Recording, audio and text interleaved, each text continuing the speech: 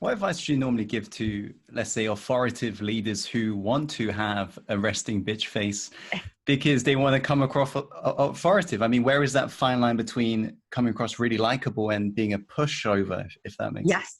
No, that's a very, very important point. So when we're talking about power and leadership, typically people in positions of power have a very still face. They are not smiling all the time.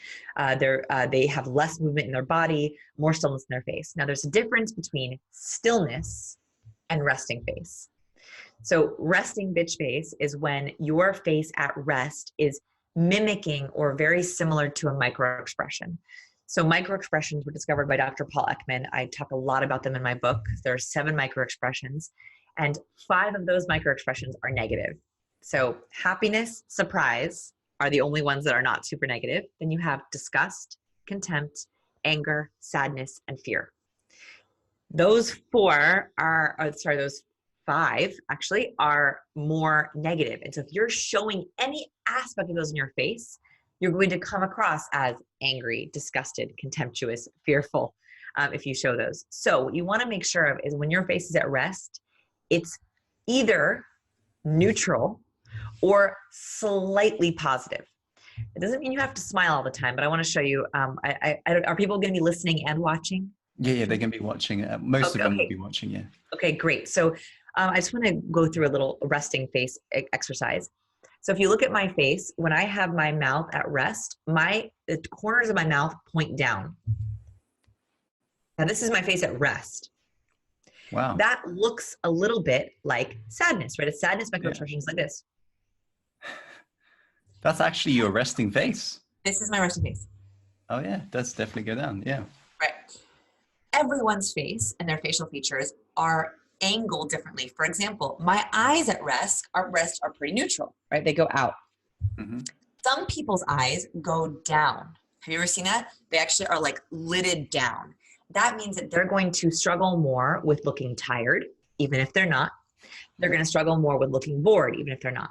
For me, the angle of my mouth makes me look sad or irritated, even when I'm not.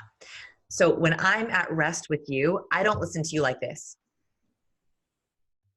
Even though that's my resting face. The way I listen to you is I actually just very slightly engage this part of my mouth, and it's muscle memory now, so I don't even think about it. So I look like I am neutral positive. So when I'm listening to you, I'm listening to you like this. All right, so subtle, but makes a difference. Very subtle. I don't think about it at all now. I had to for a couple of weeks. So now I make sure that my mouth is neutral to positive. That's really important. So if you're trying to be a powerful leader, I don't want you to be resting like this. I actually know people who rest with this kind of like concentration.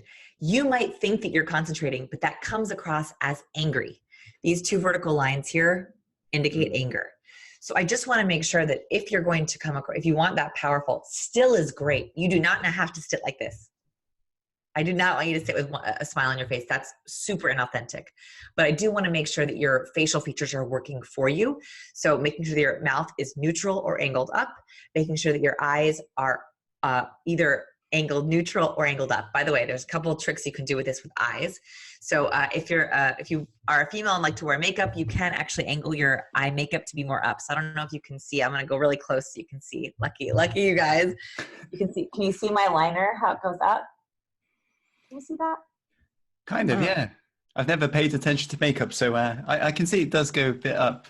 So for my ladies watching, you can actually make yourself look more awake by angling your liner and your shadow up. That's a very, very, it's a really good skill for making you look more awake. For men who aren't using makeup or anyone who's not using makeup, you should also know that when you're on video calls or when you're with people and you look down your face, you are going to look more tired because your lids are going to be more hooded, right? So you'll notice that I'm not listening like this, which is actually the way most people listen. They angle their head back and they look down. That makes me look much more tired because you can't see the whites of my eyes. I almost always angle so that you can see more of the whites of my eyes. So also being aware of the angle of your face, and that sounds really small, but I liken this kind of thing to a golf swing, right? Minor tweaks in your swing are going to have massive output on your first impressions, especially your first impressions. So especially in the very beginning part of video, the very beginning part of interaction, making sure that you have more of an up face. So this is my regular face, right? This is my up face. Slightly different, but it does make a difference in warmth, right? That's Definitely. for us.